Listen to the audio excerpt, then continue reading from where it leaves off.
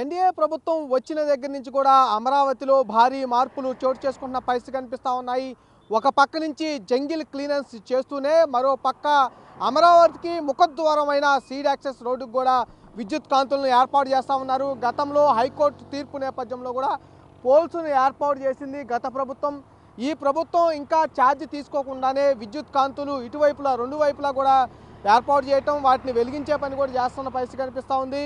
అలాగే కంటిన్యూగా లేని విద్యుత్ స్తంభాలకు మేజర్గా జంక్షన్గా ఉన్న పాయింట్ ఏదైతే ఉంటుందో, అంటే 4 రోడ్లు కలిసే సీడ్ యాక్సెస్ రోడ్డుకి ఇటు ట్రంక్ రోడ్స్ కాకుండా మిగతా ఎన్జీసీ రోడ్స్ ఏవైతే ఉన్నాయో ఆ రోడ్స్ కలిసే జంక్షన్ వద్ద కూడా భారీ విద్యుత్ లైట్స్ను ఏర్పాటు చేస్తూ ఉన్నారు.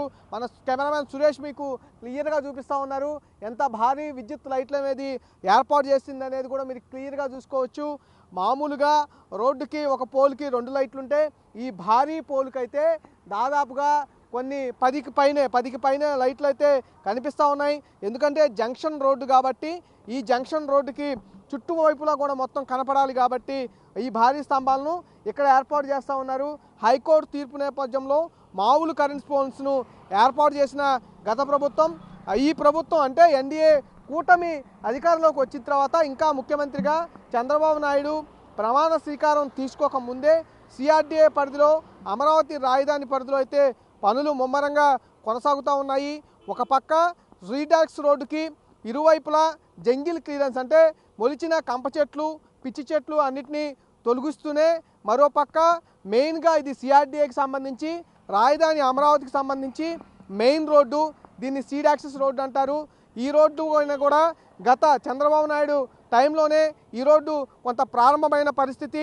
ఈ రోడ్డుని రాజధానిలోకి వచ్చే అందరూ కూడా యూజ్ చేస్తూ ఉంటారు, కానీ లైటింగ్ అనేది ఉండేది కాదు. ఈ ప్రభుత్వం హైకోర్టు తీర్పు వచ్చిన తర్వాత వైసీపీ ప్రభుత్వంలో పోల్స్ అయితే ఏర్పాటు చేయడం జరిగింది. విద్యుత్ కూడా 2-3 గంటలే వెలిగించేవాళ్ళు, కానీ ఇప్పుడు ఎన్డీఏ ప్రభుత్వం వచ్చిన తర్వాత నైట్ మొత్తం కూడా ఈ విద్యుత్ స్తంభాల విద్యుత్ కాంతులు అయితే కొనసాగుతూ ఉన్నాయి. ఇరువైపులా అంటే 2 వైపులా లైటింగ్ అనేది ఏర్పాటు చేస్తూ ఉన్నారు. పూర్తిగా అమరావతిని గత ప్రభుత్వం అంధకారంలో ముంచితే ఈ ఎన్డీఏ ప్రభుత్వం వచ్చిన తర్వాత దీన్ని ఎప్పుడైతే అమరావతి గతంలో ఎలా వెలిగిపోయిందో అదేవిధంగా విద్యుత్ కాంతులతో వెలుగుతూ కూడా చేస్తున్న పరిస్థితి కనిపిస్తూ ఉంది. ఎక్కడైనా సమస్యలు ఉంటే వాటన్నిటిని సాల్వ్ చేసుకుంటూ ప్రతి పోల్ని కూడా వెలిగించే ప్రయత్నం అయితే ముమ్మరంగా చేస్తూ ఉన్నారు. గతంలో చాలా స్లోగా ఒక్కొక్క పోలు వారం 10 రోజులు అలా తీసుకొని పనిచేసేవాళ్ళు, కానీ ఇప్పుడు 2-3 రోజుల నుంచి ప్రతి పోల్ను వెలిగించే పని అయితే ముమ్మరంగా సాగుతుంది. నైట్ మొత్తం కూడా ఈ రోడ్డు మొత్తం కూడా వెలుగులు విద్యుత్ కాంతులతో అయితే వెలిగిపోతున్న పరిస్థితులే కనిపిస్తూ ఉన్నాయి. రానున్న రోజుల్లో అమరావతి నిర్మాణ పనులు మరింత వేగంగా కొనసాగబోతూ ఉన్నాయి. ఈ రోడ్డు లైటింగ్తో పాటు మిగతా రోడ్లు ఏవైతే ఉన్నాయో ఆ రోడ్డు లైటింగ్ కూడా ఏర్పాటు చేసే అవకాశం అయితే కనిపిస్తూ ఉంది. అమరావతిలో అయితే భారీ మార్పులు అయితే కొనసాగుతున్న పరిస్థితి అయితే కనిపిస్తూ ఉంది. కెమెరామెన్ సురేష్తో మల్లికార్జున, బిగ్ టీవీ, అమరావతి.